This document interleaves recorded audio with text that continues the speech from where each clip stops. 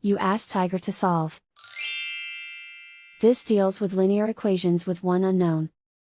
The final result is x equals -2. Let's solve it step by step. Group all x terms on the left side of the equation. Subtract 7x from both sides. Group like terms.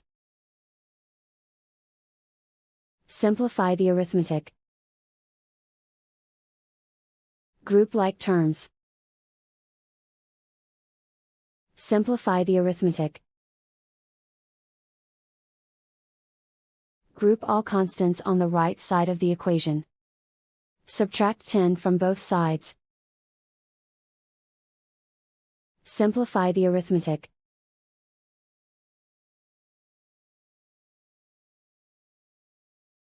Isolate the x. Divide both sides by -3. Cancel out the negatives. Simplify the fraction. Move the negative sign from the denominator to the numerator. Find the greatest common factor of the numerator and denominator. Factor out and cancel the greatest common factor.